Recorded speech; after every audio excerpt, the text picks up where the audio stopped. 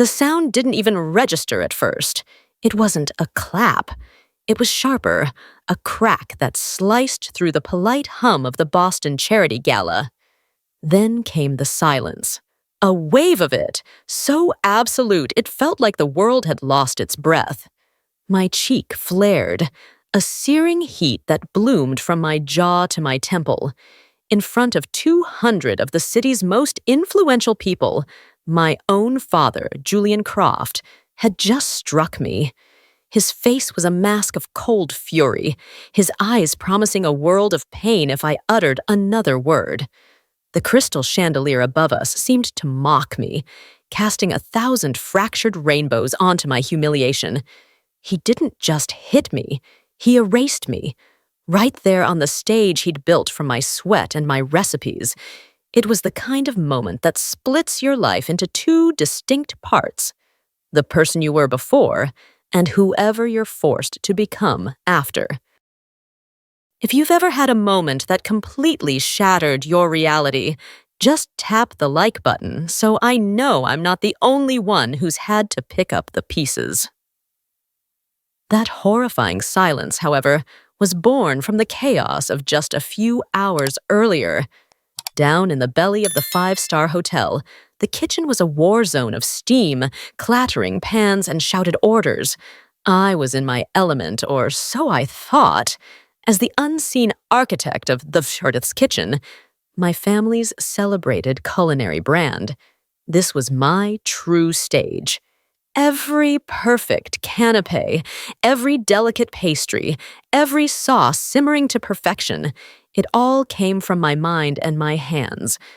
I moved through the controlled chaos, my white chef's coat a shield of anonymity. Tonight was supposed to be our biggest triumph, the launch of a legacy.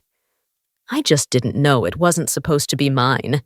Everything felt normal, but there's a certain kind of normal that's just the calm before the storm, a quiet that holds a scream you haven't heard yet. And my sister, Scarlett, floated into the kitchen then, a vision in emerald silk, completely untouched by the heat and pressure. She didn't cook. Her talent was consumption and commentary. Her job was to be the beautiful, charismatic face of my food. She'd hold up a macaron I had spent 6 hours perfecting and tell a reporter about her inspiration, a story we'd rehearsed the night before. I was the engine. She was the polished hood ornament. "Audrey, darling," she said, her voice a little too loud, making the line cooks glance over. "Mom needs to know if the salmon blinis are ready for her table. She's with the senator." She didn't ask about the timing for the entire event. She only asked about our mother's specific table. That was how it always was. A world of exceptions and priorities that never included me or my process. I was a function, not family. I simply nodded, pointing to the meticulously arranged trays ready for service. "They're on schedule, Scarlett." She gave me a brilliant smile, the one she used for her 2 million followers, and leaned in. "They look divine, as always," she whispered, as if sharing a secret. But it wasn't a compliment, it was a confirmation of our arrangement. Your hands, my face. Your talent, my brand. It was a silent contract I had agreed to years ago, foolishly believing that if I just worked hard enough, one day they'd share the spotlight. I'm curious. What time is it where you are right now? Just drop the time in the comments, because there are moments it feels like you're working around the clock and still completely invisible. My mother, Meredith, was the true architect of this arrangement.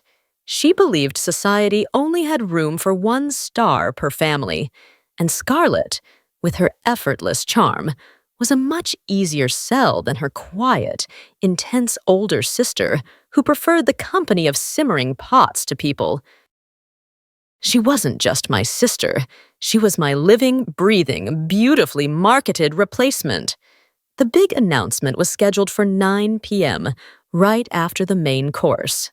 My father, Julian, had been locked away in the hotel's presidential suite, which he'd converted into a temporary command center for most of the day.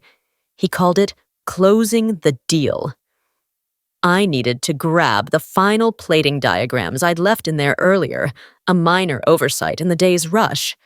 I slipped out of the kitchen, my footsteps silent on the plush hallway carpet, a stark contrast to the clatter I'd just left behind. I used my keycard to enter the suite. It was quiet, smelling of expensive leather and my father's cologne. A thick, navy blue portfolio was sitting open on the mahogany desk, illuminated by a single desk lamp. It wasn't my diagrams. It was the final contract. My blood went cold. I knew I shouldn't look, but an unseen force pulled me closer. The letterhead was from a major publisher in New York, and the title, The Meredith's Kitchen, A Culinary Legacy, was centered in bold type. And then I saw the author's name, by Scarlett Croft. Not by Scarlett and Audrey Croft. Not even a small "with recipes by Audrey Croft" in the fine print. Just her name. I frantically scanned the pages. A 6-figure advance. A multi-platform media deal. A pilot for a Food Network show contingent on the book's success.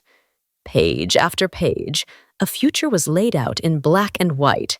A future built entirely on my work, my creativity, my late nights and early mornings. My name was nowhere. I wasn't a ghostwriter. In the legal language of that contract, I didn't even exist. They hadn't just stolen a few recipes. They had stolen my entire identity, my whole life's work, and they were about to sell it to the world with a smile. The warmth of the kitchen I'd just left felt a world away, replaced by an icy fury that started deep in my bones. I don't remember walking back to the ballroom. My feet moved, but my mind was a whirlwind of betrayal and ice. I clutched the corner of the contract in my hand, the sharp edge of the paper digging into my palm. It was my only proof, my only anchor in this new, predatory reality. As I slipped through the grand doors, the applause was already starting. My father was on stage, beaming, with Meredith and Scarlett on either side of him. The large screens flanking the stage showed the cover of the book, my book, with Scarlett's professionally shot headshot smiling out at the world. "And it is with immense pride," my father's voice boomed through the speakers, "that I present to you the next great voice in American cuisine, the author of this incredible new book, my daughter, Scarlett Croft." The applause was deafening. Scarlett curtsied, blowing a kiss to the crowd. My mother dabbed a tear from her eye, a perfect portrait of maternal pride, and I just stood there, by the service entrance, watching the performance. Every fiber of my being screamed at me to stay quiet, to swallow the bitter pill as I always had. To ruin them now would be to cause a scene so monumental it could never be undone. But then I looked at the book cover again, at my sister's easy smile, and I thought of the thousands of hours I had spent developing those recipes, the burns on my arms, the solitude. Silence was no longer an option. Silence was a lie. Have you ever been at a crossroads where you had to choose? Type 1 in the comments if you would have stayed silent, or type 2 if you would have spoken up in that moment. Before I could second-guess myself, I started walking towards the stage, not with the frantic energy of an accuser, but with the chilling calm of someone who had already lost everything. The applause began to die down as people noticed me, this out-of-place figure in a chef's coat, walking toward the spotlight. A stagehand tried to intercept me, but I sidestepped him, my eyes locked on my family. The microphone stand was next to the podium. I reached it just as my father's smile faltered, replaced by a flicker of annoyance. "Audrey, what are you doing?" he asked, his voice low but carrying the clear threat of a command. Scarlett looked confused, while my mother's hand went to her pearls, a nervous gesture I knew all too well. I leaned into the microphone. The feedback squealed for a second before the room fell into that dead, waiting silence. "I'm so glad you're all here to celebrate this culinary legacy," I began, my voice steady, betraying the tremor in my hands. "It's a wonderful story. But there's just one small correction." I held up the corner of the contract I was still clutching. "The story he's telling you is a fantasy. The real story is that I, Audrey Croft, developed, tested, and perfected every single recipe in that book." A collective gasp rippled through the audience. Scarlett's face went white as a sheet. My mother looked like she was about to faint. "This isn't your moment, Audrey," my father hissed, stepping in front of me, trying to shield the crowd from my words, his body physically blocking me from their view. "Get off the stage, now." But I held his again. "I won't," I said, my voice rising with a strength I didn't know I possessed. "I will not stand by while you erase me." That's when it happened. In one swift, violent motion, his composure snapped completely. The sound cracked through the air, sharp, ugly, and final. He slapped me. The force of it sent me stumbling back a step. The shock wasn't just on my face, it was on the face of every single person in that room. The great Julian Croft, a titan of industry, had just struck his own daughter in front of everyone. The performance was over. The real show had just begun.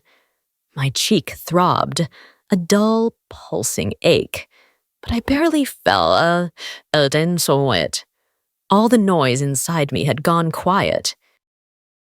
The humiliation, the years of resentment, the shock, it all crystallized into a single point of clarity.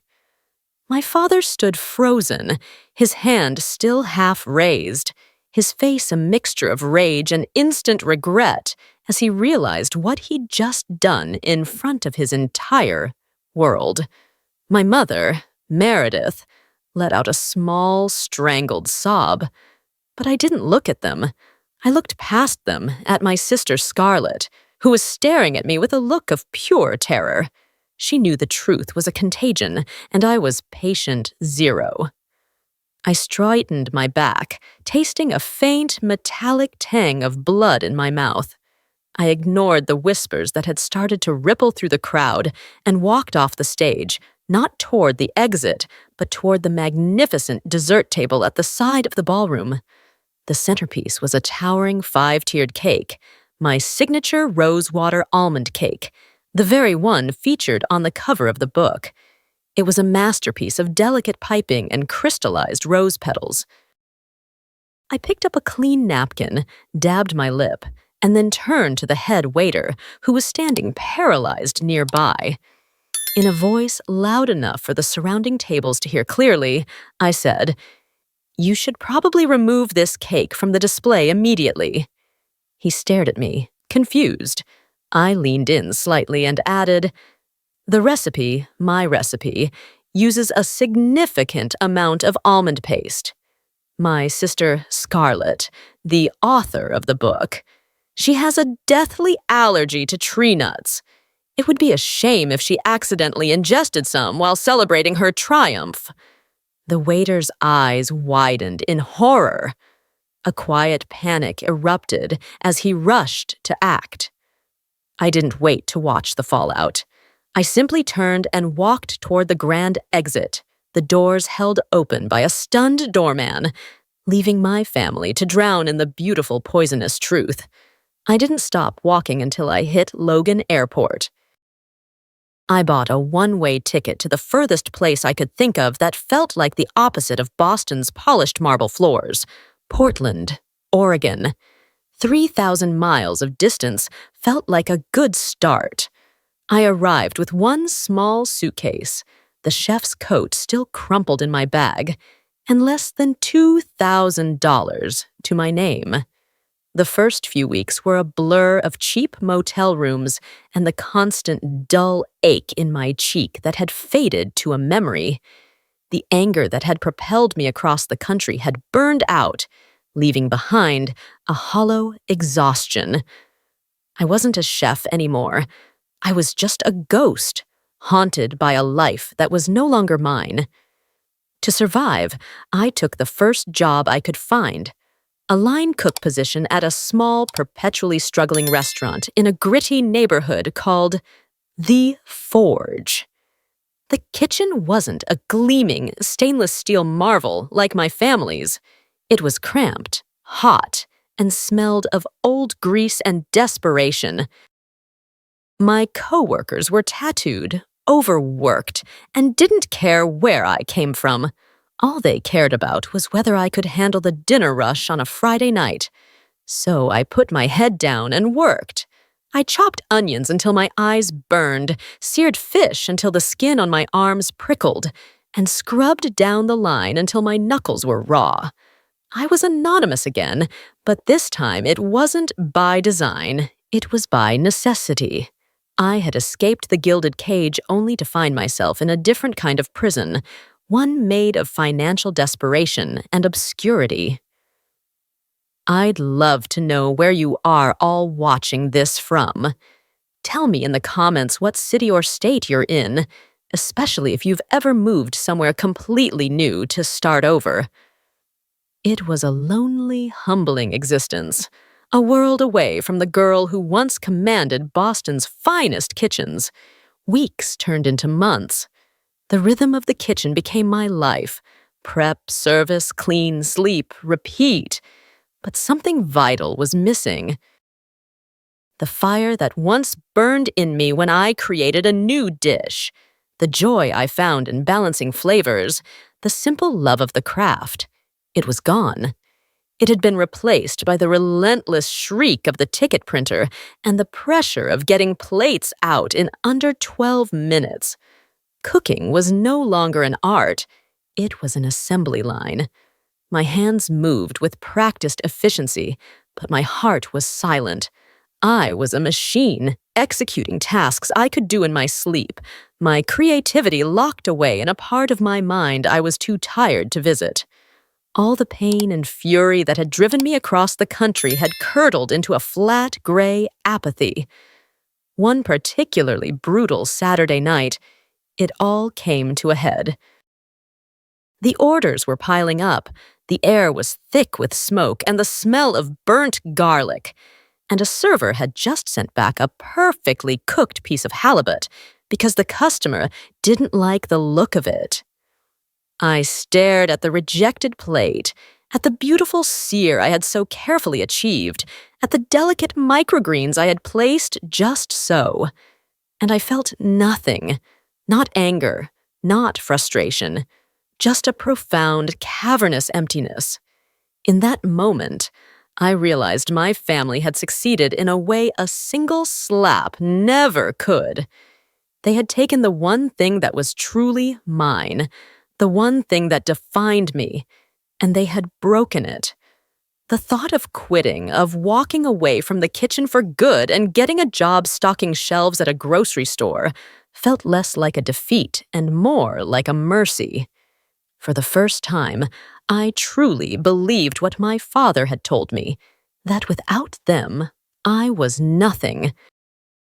The girl who had walked out of that ballroom with her head held high was gone, replaced by a ghost in a grease-stained apron. After the last table left and the kitchen was finally scrubbed clean, I was just staring at the empty grill, my shoulders slumped in defeat. That's when Frank, the restaurant's owner, approached. He was a man in his late 50s, with forearms covered in faded tattoos and burns, and eyes that had seen everything a kitchen could throw at a person. He hadn't said more than 10 words to me at a time since I was hired. He silently placed a small, worn-out cast-iron skillet on the stainless steel counter in front of me. "I didn't hire a robot, Audrey," he said, his voice raspy from a lifetime of shouting over the din of service. "I hired a chef, but I haven't seen her yet. I've only seen her hands." He gestured around the empty kitchen. "This place is bleeding money. The food is fine, it's competent, but it has no soul." "Because you have no soul right now." His words were blunt, but they weren't cruel. They were true. "I watch you," he continued, leaning against the counter. "You move like a classically trained chef. Your knife work is perfect, but your eyes are dead. Someone broke you. I don't care who it was." He pushed the skillet closer to me. "Tomorrow is Sunday. We're closed. Your only job is to come in here and cook one thing. Just one. Not for a customer. Not for me. Cook something for yourself. Cook something that reminds you why you started doing this in the first place. If you can't do that, don't bother coming in on Monday." Was there ever a person in your life, a teacher or a mentor, who gave you the hard truth you needed to hear? If you have someone like that to thank, just write the word mentor in the comments. It wasn't a suggestion. It was an ultimatum, and maybe, just maybe, the lifeline I didn't know I was desperate for. That Sunday, I walked into the empty kitchen, and for the first time in months, I didn't feel dread. I felt a quiet purpose. I didn't cook anything fancy. I made a simple rustic bread, the first thing my grandmother ever taught me, kneading the dough with my bare hands, feeling it come to life. The smell of it baking filled the kitchen, and it smelled like home. It smelled like me. That one loaf of bread broke the spell. The fire wasn't out. It had just been buried under ash. Over the next few weeks, with Frank's quiet encouragement, I started to create again, filling notebooks with ideas that were mine and mine alone. When he told me about the Golden Ladle, a prestigious national competition holding its final in Portland, I initially refused. But Frank just pointed to my notebook. "Let the food talk," he said. "It's time." The final round pitted me against 4 other chefs, one of them, to my horror, and then grim determination, was Scarlett. Her brand had taken a hit after the Boston incident, and this was clearly her heavily funded attempt at a comeback. The theme was legacy. Scarlett presented a deconstructed lobster thermidor with a saffron foam, technically brilliant, visually stunning, but utterly cold. It was a dish designed for Instagram. Then it was my turn. I presented the dish I had named My Mother's Kitchen, the one she never used. It was a simple braised short rib, slow-cooked for 8 hours, served over a creamy polenta with roasted root vegetables. It was the first fancy meal I'd ever created as a child, trying to impress the family who never came to the dinner table. It was a dish born from love and loneliness. When the head judge, a world-renowned chef, took a bite, he closed his eyes. After a long moment, he looked straight at me and said, "Some chefs cook to impress. You cook to communicate." The winner was announced. It was me. My name, Audrey Croft, echoed in a hall full of cheers, not whispers. Scarlett just stared, her perfect facade finally crumbling into dust. Winning the Golden Ladle came with a significant cash prize and a rush of media attention. The offers started pouring in, TV shows, book deals from the very publisher who had erased me, endorsement contracts. My family even tried to reach out through a lawyer, suggesting a reconciliation. For a fleeting moment, the temptation to return to Boston as a conquering hero was strong. I could have had everything they once denied me, but looking at the trophy, I realized I didn't want their world anymore. I wanted the world I had started to build in the small, steamy kitchen of the Forge. So I turned down every offer from New York and Boston. Instead, I walked into Frank's office, placed the prize check on his desk, and said, "Let's be partners. Let's build something real." 6 months later, the Forge was unrecognizable. We had expanded into the space next door, installed a new kitchen, and built a small dining room with warm lighting and exposed brick. We didn't change the name. We kept the soul of the place, but we gave it the resources to shine. It became one of the hardest reservations to get in Portland. But my favorite part of the day wasn't the sold-out service.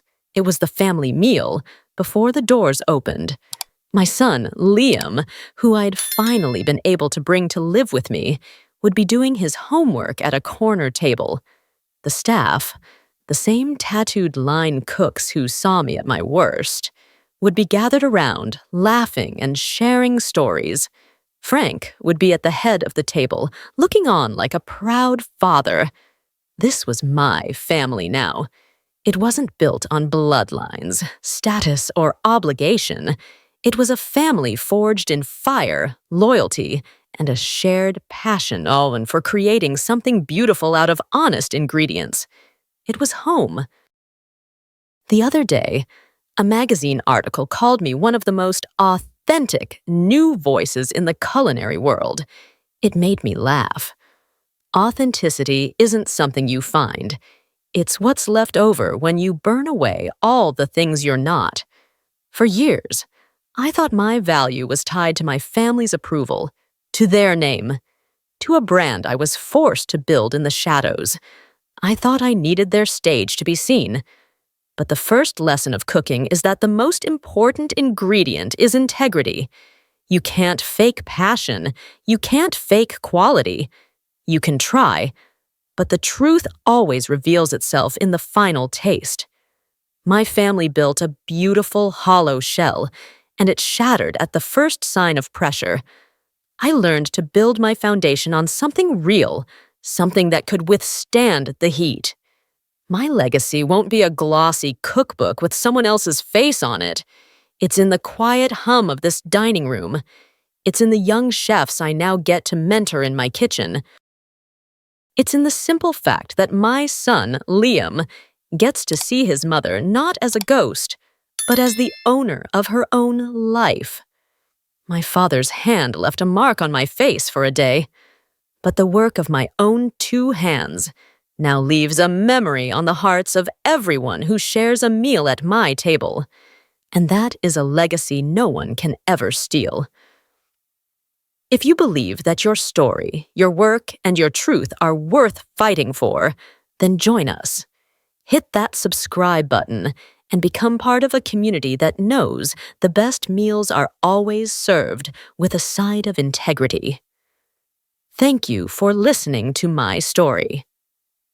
Now, let's get cooking.